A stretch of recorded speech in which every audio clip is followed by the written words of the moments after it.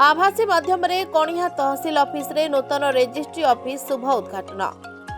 आउ जीवाकू पड़िबो नाही तालचेर, जागा किणाबिका हेबो कणिहा तहसिल ऑफिस रे। आभासी माध्यम मुख्यमंत्री श्रीजुक्त मोहन चरण माझी करकमल 57टी नूतन उपनिबंधन कार्यालय शुभ उद्घाटन।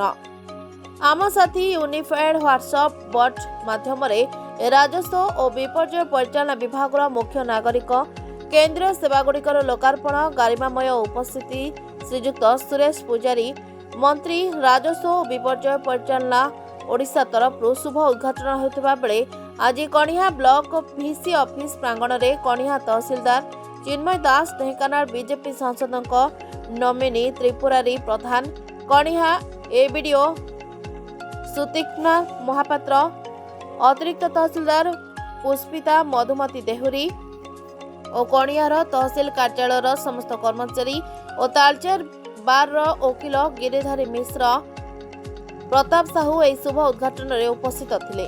कणिहा ब्लॉक 27टी ग्राम पंचायत लोक मैंने सठिक भाव में जोगाजोग हो पार बोली पाललहड़ा बीजेपी विधायक और सरकार को आज रेजिस्ट्री करथिबा व्यक्ति धन्यवाद देवा सह मत प्रकाश करछथि।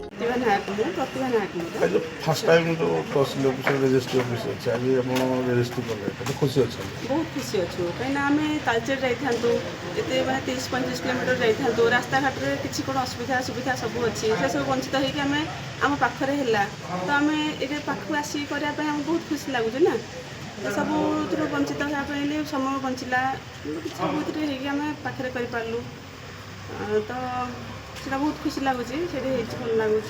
सरकार को कौन कह सरकार को तो बहुत धन्यवाद सरकार आम बहुत सुविधा कर बहुत धन्यवाद दूँ। आप प्रथम गिरी रेजिस्ट्री कले कौन कह प्रथम आम जेहेतु फास्ट किना खोला है फास्ट रेजिस्ट्री आमर है तो आमको तो बहुत खुशी लगुच आम बहुत खुशी अच्छु। तहसील ऑफिस रेजिस्ट्री ऑफिस खोलुचे से आम पढ़िया रखा आप प्रथम आज फास्ट रेजिस्ट्री कले जागा कौन कहवा कणिहा तहसील ऑफिस रेजिस्ट्री आज खोलला से मु विशेष खुशी।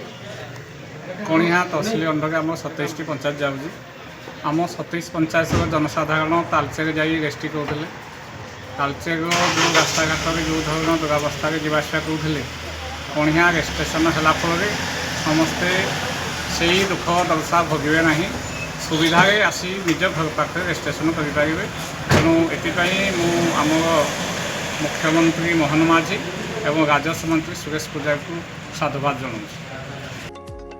अनुगुल सुभाष चंद्र प्रधान को रिपोर्ट प्रतीक्षा न्यूज।